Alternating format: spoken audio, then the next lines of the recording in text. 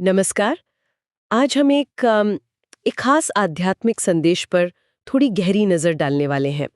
ये संदेश जिसे मुरली कहते हैं 6 नवंबर 2025 का है, मधुबन से। जी। और इसमें ना समय का जो ये बदलता दौर है, अभी के पल की क्या अहमियत है और हमारी जो ये रूहानी यात्रा है, उस पर कुछ बहुत गहरे इशारे हैं। बिल्कुल। तो आज हम कोशिश करेंगे कि ये जो ज़रूरी बातें हैं इसमें, उनको समझें, देखें कि भाई हमारी रोज़ की ज़िंदगी में इनका क्या मतलब हो सकता है।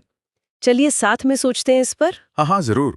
ये संदेश दरअसल हमें दुनिया और समय को एक बिल्कुल अलग नज़रिए से देखने का मौका देता है। इसमें समय को एक एक चक्र, एक साइकिल की तरह बताया गया है। और ख़ास बात यह है कि स्रोत के मुताबिक हम सब उस चक्र के एक बहुत ही कह सकते हैं नाजुक, एक अहम मोड़ पर खड़े हैं। जैसा कि साफ कहा इसमें, तुम अभी बिल्कुल षड़पंथ किनारे पर खड़े हो। किनारे पे खड़े हैं। ये सुनने में ही एक एक ठहराव सा लगता है और जैसे आगे बढ़ने की तैयारी भी। हम्म, तो चलिए इसी से शुरू करते हैं। ये जो शुरुआत है कि हम एक युग के बिल्कुल अंत में किनारे पर है, इसका असल मतलब क्या है? ये किनारा किस चीज का है? हाँ, अच्छा सवाल है। देखिए, यहाँ इशारा है सृष्टि के एक बहुत बड़े काल चक्र की तरफ। पाठ में इसे 4 युगों में बांटा है: सतयुग, त्रेता, द्वापर और कलयुग। और ये पूरा चक्र ये 5000 साल का बताया गया है। 5000 साल का? जी। तो इस संदेश के हिसाब से ये 5000 साल का चक्र अब पूरा हो रहा है। हम इसके बिल्कुल आखिरी पड़ाव पर हैं। और ये जो समझ है, ये ज्ञान, ये अभी हाल ही में मिला है? जैसा कहा ना, अब मालूम पड़ा है। अच्छा। तो ये किनारा है पुरानी दुनिया के अंत का और एक नई दुनिया की शुरुआत का। बिल्कुल। जैसे एक दहलीज पर खड़े हैं हम, जहां से दूसरी तरफ जाना है। यानी ये सिर्फ कोई कैलेंडर बदलने जैसी बात नहीं है। बिल्कुल। ये तो एक पूरे युग का बदलना हुआ, एक बहुत बड़ा बदलाव। हाँ, बिल्कुल, जैसे रात खत्म हो रही हो और सुबह होने वाली हो, कुछ वैसा। हम्म। और ऐसे बड़े बदलाव के मुहाने पर खड़े होके ये संदेश हमें एक बहुत साफ दिशा भी देता है कि भई अब करना क्या है, सोचना कैसे। और वो दिशा क्या है? मैंने देखा कि पाठ में एक हिदायत बहुत बहुत जोर देकर कही गई है, पास्ट इज पास्ट, बीती सो बीती। तो गुजरी हुई बातों को याद न करने पर इतना बल क्यों है? आखिर हमारा अतीत भी तो वो हमारे अनुभव का हिस्सा है ना। सवाल बिल्कुल वाजिब है। देखिए, इसका तर्क जो है ना, वो बड़ा व्यवहारिक है। जब हम पीछे मुड़कर देखते हैं तो क्या याद आता है? पुराने रिश्ते, पुरानी बातें, चिंताएं, हिसाब-किताब, है ना? हाँ, अक्सर यही होता है। तो ये सब चीज़ें स्रोत के अनुसार मन को उलझाती हैं, मोह पैदा करती हैं और जो आगे की मंजिल है, उस पर ध्यान लगाने में रुकावट डालती हैं। संदेश कहता है कि इस पुरानी दुनिया से, पुरानी देह से, पुराने रिश्तों से एक तरह का वैराग्य, मतलब डिटैचमेंट चाहिए। ममत्व निकालना शब्द इस्तेमाल हुआ है। डिटैचमेंट। हाँ, क्योंकि हमारी मंजिल, जिसे यहाँ सुखधाम या नई दुनिया कहा, वो सामने है, पीछे नहीं है। तो क्या इसका मतलब ये हुआ कि हमें अपने अनुभवों से सीखना भी नहीं चाहिए? नहीं नहीं, सीखना अलग बात है और बीती बातों में अटक जाना, उनमें खोए रहना, वो अलग। यहाँ जोर है अतीत के भावनात्मक बोझ से और जो चीजें हमें पीछे खींचती हैं, उनसे मुक्त होने पर। संदेश कहता है कि बुद्धि का योग, यानी हमारी सोच, हमारा ध्यान, वो पूरी तरह से एक तरफ लगना चाहिए। एक तरफ मतलब अपनी मंजिल पर और ज्ञान के स्रोत पर, जिसे यहाँ एक बाप कहा गया है, परमात्मा। पाठ में साफ लिखा है, एक तरफ ही देखते रहो, तभी अचल, स्थिर, अडोल अवस्था रह सकती है। पीछे देखेंगे तो पुराने दोस्त, रिश्तेदार याद आएंगे, लगाव होगा, मन भटकेगा। इसलिए रुख हमेशा आगे। समझ गए। मतलब ये सिर्फ याद ना करना नहीं है, बल्कि अपनी एकाग्रता को साधना है, एक फोकस बनाना है। और शायद इसीलिए इसे सूक्ष्म पढ़ाई भी कहा है। ये बाहर की किताबों वाली पढ़ाई तो नहीं लगती। बिल्कुल सही पकड़ा आपने। ये सूक्ष्म पढ़ाई ही है, क्योंकि ये मन और बुद्धि के लेवल पर होती है। इसमें बाहर से कुछ रटना नहीं है, बल्कि अपनी अंदरूनी हालत को साधना है। बुद्धि को फालतू विचारों में भटकने से रोकना है, उसे लक्ष्य पर टिकाना है। इसमें लगातार एक अवेयरनेस, एक एकाग्रता चाहिए। ठीक है, तो अगर पीछे नहीं देखना है, आगे बढ़ना है, ध्यान टिकाना है, तो इसका तरीका क्या है? आपने कहा ध्यान टिकाना है, कैसे? पाठ में याद की यात्रा पर बहुत जोर दिया गया है। ये सुनने में तो एक यात्रा जैसा लगता है क्या ये असल में? इसे थोड़ा और खोलेंगे? हाँ, जरूर। याद की यात्रा, ये एक तरह का निरंतर चलने वाला मानसिक और आत्मिक अभ्यास है। कोई फिजिकल यात्रा नहीं है ये। अच्छा। इसका मतलब है कि दुनिया में रहते हुए, अपने सारे काम करते हुए भी हमारा मन, हमारी बुद्धि लगातार एक खास जुड़ाव में रहे। इसमें मुख्य रूप से 3 बातें हैं। एक तो अपने असली घर को याद करना, जिसे पाठ में बड़े प्यार से स्वीट होम यानी परमधाम कहा गया है। Sweet home. दूसरा, खुद को ये शरीर न समझकर एक आत्मा, एक ज्योति बिंदु ऐसा अनुभव करना। और तीसरा, उस परम स्रोत को यानी बाप, परमात्मा को याद करना जिससे हम आए हैं। और इस लगातार याद का, इस यात्रा का मकसद क्या बताया गया है? इससे हासिल क्या होता है? पाठ के मुताबिक यही वो शक्तिशाली तरीका है जिससे आत्मा पर जन्म जन्मांतर के कर्मों का जो बोझ इकट्ठा हो गया है, जिसे यहाँ पाप कहा गया है, वो कटता है। या कह लें हल्का होता है। पाप कटेंगे। अच्छा, पाप कटते हैं। जी। और जैसे जैसे ये बोझ उतरता है, आत्मा हल्की होती है और अंदर से एक नेचुरल खुशी महसूस होने लगती है। पाठ इसे कहता है खुशी का पारा चढ़ेगा। खुशी का पारा चढ़ेगा। हाँ, और ये कोई उदासी वाली या बोझिल प्रक्रिया नहीं होनी चाहिए, बल्कि इस याद में मगन रहने की, मस्त रहने की बात कही है। मस्त रहना है। मस्त रहना है। जैसे कोई अपने घर लौटने की खुशी में हो या अपने सबसे प्यारे से मिलने की उम्मीद में खोया रहे, कुछ वैसा भाव। ये दिलचस्प है कि इसे खुशी और मस्ती से जोड़ा है, ना कि किसी बहुत गंभीर उदास साधना से। और इसमें खुद को जांचने का भी जिक्र है, जैसे अपना हिसाब रखना, कोई चार्ट बनाना। हाँ, बिल्कुल। आत्मनिरीक्षण, सेल्फ चेकिंग इसका एक अहम हिस्सा है। पाठ इशारा करता है कि कई लोग चार्ट लिखना भूल जाते हैं, मतलब अपनी प्रोग्रेस का जायजा लेना भूल जाते हैं। ओह! खुद से पूछने की बात है कि भाई, क्या मेरी अवस्था वाकई ऐसी है जैसे कोई किनारे पर खड़ा है जाने को तैयार?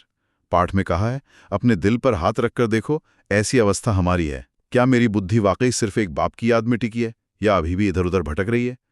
ये ईमानदारी से खुद को जांचना जरूरी है, ताकि पता चले कि इस सूक्ष्म पढ़ाई में हम कहाँ तक पहुंचे हैं। आपने कहा कि ये सूक्ष्म पढ़ाई है, और अब आप कह रहे हैं कि खुद को जांचना भी है।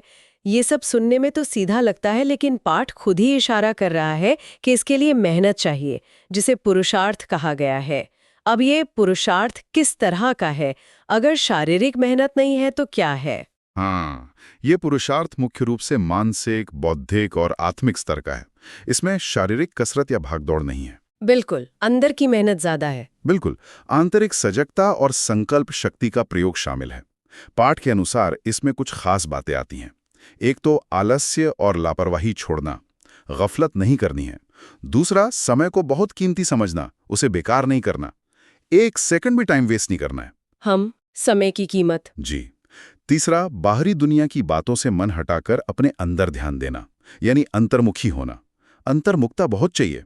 और चौथा, जो ज्ञान मिल रहा है उस पर गहराई से सोचना, विचार करना, विचार सागर मंथन करना, मतलब अपनी बुद्धि को सही दिशा में एक्टिव रखना है। इसमें वो कछुए का उदाहरण भी दिया था, वो इसी संदर्भ में है क्या? जी हाँ, बिल्कुल। कछुए का मिसाल। कछुए का भी मिसाल है? इसी अंतर्मुखी होने और अपनी इंद्रियों को समेटने के लिए है। जैसे कछुआ कोई आहट या खतरा महसूस करते ही फौरन अपने सारे अंग अपने कवच के अंदर खींच लेता है ना। हाँ। वैसे ही हमें भी अपनी मन बुद्धि रूपी इंद्रियों को बाहर की फालतू बातों से, आकर्षणों से, विकर्षणों से समेटकर अपने लक्ष्य पर, अपनी अंदरूनी स्थिति पर फोकस करना है। ये अपनी एनर्जी को बचाने और सही जगह लगाने जैसा है।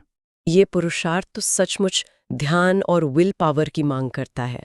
अच्छा, तो अगर कोई ये पुरुषार्थ करे तो इसका नतीजा, इसका परिणाम क्या बताया गया है? यहाँ पर बात बहुत ही ऊंची और आकर्षक लगती है।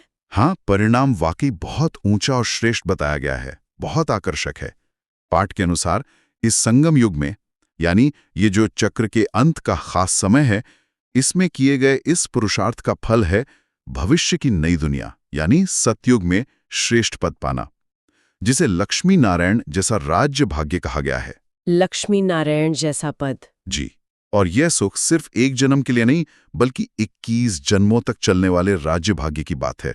21 जन्म? हाँ। पाठ में इसकी खुशी की तुलना उस आदमी की खुशी से की गई है जिसे कोई बहुत बड़ी लॉटरी लग जाए। जैसे लॉटरी मिलने वाले को खुशी का पारा चढ़ जाता है ना। हाँ हाँ, जाहिर है। सोचिए, थोड़ी सी मेहनत का कितना बड़ा और कितना लंबा चलने वाला फल। इसीलिए इस वर्तमान जीवन को और खासकर इस संगम युग के समय को अमूल्य जीवन कहा है, क्योंकि इसी छोटे से दौर में की गई कमाई अनेक जन्मों तक साथ चलती है। मतलब अभी का हर पल एक एक बीज की तरह है जो भविष्य का पूरा पेड़ तय कर रहा है। शायद इसीलिए समय न गंवाने पर इतना जोर है। जो करेगा सो पाएगा। बिल्कुल बिल्कुल सीधा सिद्धांत। बिल्कुल, हर संकल्प, हर कर्म जो हम इस जागरूकता के साथ करते हैं, वो हमारे भविष्य के भाग्य की लकीर खींच रहा है। पाठ में एक और गहरा विचार है, स्वदर्शन चक्रधारी बनना। ये शब्द सुनने में ही बड़ा वजनदार है। इसका ठीक ठीक मतलब क्या है और ये क्यों जरूरी है? स्वदर्शन चक्रधारी, हाँ, इसमें दो शब्द हैं। स्व यानी खुद, स्वयं, आत्मा, और दर्शन चक्र यानी जो सृष्टि का 5000 साल का चक्र है उसका ज्ञान। तो स्वदर्शन चक्रधारी बनने का मतलब हुआ खुद की आत्मिक पहचान, मैं कौन हूं, एक आत्मा, और सृष्टि के इस पूरे चक्र का ज्ञान, मेरा पार्ट क्या है, ये चक्र कैसे घूमता है, अब हम कहाँ हैं, इस सारे ज्ञान को हमेशा अपनी याद में, अपनी चेतना में रखना। जैसे ये पूरा नक्शा हर समय दिमाग में घूमता रहे, एक मैप की तरह। हाँ, आप इसे एक मेंटल मैप कह सकते हैं, जो हमेशा आपके पास रहे। ये समझना कि मैं एक छोटी सी अविनाशी आत्मा हूं और मेरा इस 5000 साल के वर्ल्ड ड्रामा में एक तय पार्ट है। मैं कब सतयुग में थी, फिर त्रेता, द्वापर, कलयुग से गुजरते हुए अब इस चक्कर के बिल्कुल अंत में खड़ी हूं, अपने घर वापस जाने को तैयार। पार्ट इस ज्ञान को बहुत अद्भुत, वंडरफुल कहता है। कितना वंडरफुल ज्ञान है बाबा का। और इसमें ये गहरी समझ भी शामिल है कि इतनी छोटी सी बिंदी जैसी आत्मा में ही पूरे 84 जन्मों का पार्ट कैसे भरा हुआ है। इतनी छोटी सी बिंदी में सारा पार्ट नूंधा हुआ है जो चक्र फिरता रहता है। कमाल है। हाँ, ये ज्ञान बुद्धि को विशाल बनाता है और दुनिया के उतार चढ़ाव से परे एक स्थिर नजरिया देता है। और इसी ज्ञान के संदर्भ में वो पवित्रता की बात भी जुड़ी है, जैसे देवताओं या पवित्र आत्माओं के चित्रों में सिर के पीछे वो जो रोशनी का गोला दिखाते हैं। जी, पाठ इस बात को भी साफ करता है। अक्सर हम चित्रों में देवी देवताओं या महान आत्माओं के सिर के पीछे एक प्रभामंडल या लाइट का ताज देखते हैं ना? हाँ, देखते हैं। तो संदेश के अनुसार ये कोई भौतिक चीज नहीं है, ये उनकी अंदरूनी पवित्रता की निशानी है। ये तो पवित्रता की निशानी है, क्योंकि जब आत्माएं नई दुनिया में, सतयुग में आती हैं या धर्म स्थापक जब अपना काम शुरू करते हैं, तो वो अपनी सतोप्रधान यानी एकदम शुद्ध और पवित्र अवस्था में होती हैं। ये बाहरी रोशनी उसी अंदरूनी शुद्धि का सिंबल है। ये भी स्वदर्शन चक्र के ज्ञान का ही एक पहलू है जो आत्मा की ओरिजिनल पवित्रता को याद दिलाता है। तो अगर हम इस पूरी चर्चा का सार निकालें तो ये संदेश हमें बता रहा है कि हम इतिहास के एक बेहद खास, एक निर्णायक मोड़ पर हैं। बिल्कुल। इस मोड़ पर हमें अतीत के मोह और बोझ से खुद को आजाद करना है, अपना पूरा ध्यान आने वाली बेहतर दुनिया की मंजिल पर रखना है, और इसका मुख्य तरीका है परमात्मा की लगातार याद का अभ्यास। बिल्कुल सही कहा आपने, एकदम सटीक। और इस मंजिल तक पहुंचने के लिए इसी वर्तमान पल में हमें जागरूक रहकर सही दिशा में कोशिश यानी पुरुषार्थ करना होगा। ये पूरी प्रक्रिया बाहरी कर्मकांड से ज्यादा हमारी अंदरूनी स्थिति पर, हमारे सूक्ष्म समझ पर और हमारी बुद्धि के सही दिशा में लगे रहने पर टिकी है। दुनिया के काम करते हुए भी अंदर से स्थिर और एकाग्र रहना। और इसमें एक बहुत सुंदर वरदान का भी जिक्र है आखिर में, जो शायद इस पुरुषार्थ का एक मीठा फल है कि न्यारे और प्यारे रहने से सबका प्यार और सफलता अपने आप मिलती है। ये संतुलन कैसे काम करता है? हाँ, वो वरदान बहुत गहरा है। सर्व के दिल का प्यार प्राप्त करने वाले न्यारे प्यारे निसंकल्प भाव। इसका भाव समझिए। न्यारा रहने का मतलब है दुनिया में रहते हुए भी सबसे डिटैच्ड रहना, किसी चीज या व्यक्ति में बुरी तरह फंसना नहीं, साक्षी होकर देखना। डिटैच्ड। और प्यारा रहने का मतलब है सबके लिए मन में स्नेह रखना, शुभ भावना रखना, किसी से बैर नहीं। और निसंकल्प यानी फालतू के नेगेटिव संकल्पों से मुक्त रहना। तो पाठ कहता है कि जो व्यक्ति इन तीनों बातों का बैलेंस बना लेता है, उसे बिना मांगे ही सबका स्नेह और सहयोग मिलता है। उन्हें हर कार्य में सफलता स्वतः प्राप्त होती है। न्यारेपन से शक्ति मिलती है और प्यारेपन से संबंध मधुर रहते हैं। ये एक बहुत ऊंची स्थिति का वर्णन है। ये संतुलन साधना ही शायद सबसे बड़ा पुरुषार्थ है, न्यारा भी रहना और प्यारा भी। कमाल है। अच्छा, तो अब इस गहरी बातचीत के अंत में हम अपने सुनने वालों के लिए एक विचार छोड़ते हैं, जो इसी श्रोत पाठ के आखिर में दिए गए एक छोटे से इशारे से जुड़ा है। जी। पाठ में एक जगह कहा गया है कि अगर संस्कारों की बहुत ज्यादा कसावट या जकड़न टाइटनेस ना हो, तो अशरीरी या विदेही स्थिति का अनुभव सहज हो जाता है। अशरीरी यानी शरीर के भान से परे हो जाना। जैसे अगर कोई चीज बहुत कसकर चिपकी ना हो तो उसे आसानी से अलग कर सकते हैं ना। हाँ बिल्कुल। तो जरा सोचें, हम अक्सर बाहरी दुनिया की बातों से, रिश्तों से या हालातों से थोड़ी देर के लिए अलग होने की कोशिश करते हैं। डिटैच होने के। लेकिन क्या हो अगर हम अपनी ही गहरी आदतों से, अपने स्वभाव, अपने संस्कारों की पकड़ से जो हमें रोज चलाते हैं, उनसे भी क्षण भर के लिए पूरी तरह अलग होने का, हल्के होने का अनुभव कर सकें। अपनी ही अंदरूनी आदतों से डिटैचमेंट, ये अनुभव कैसा हो सकता है, इस पर सोचा जा सकता है। निश्चित रूप से ये आत्म अन्वेषण की और भी गहरी परतों में उतरने का एक निमंत्रण है। वाकई सोचने पर मजबूर करता है। मान द्वारा निरंतर अपनी स्थिति को ऊंचा बनाने की प्रेरणा सब कुछ आज बाबा ने हमें दिया है। अगर आज की मुरली से आपको कोई विशेष प्रेरणा या स्वमान का अनुभव मिला हो तो उसे अपने जीवन में धारण करें और दूसरों को भी प्रेरित करें। अपने विचार या अनुभव कमेंट में साझा करें ताकि अन्य आत्माओं को भी शक्ति मिले। याद रखें, हर शुभ संकल्प ही विश्व कल्याण की सेवा है। ओम शांति। ओम शांति।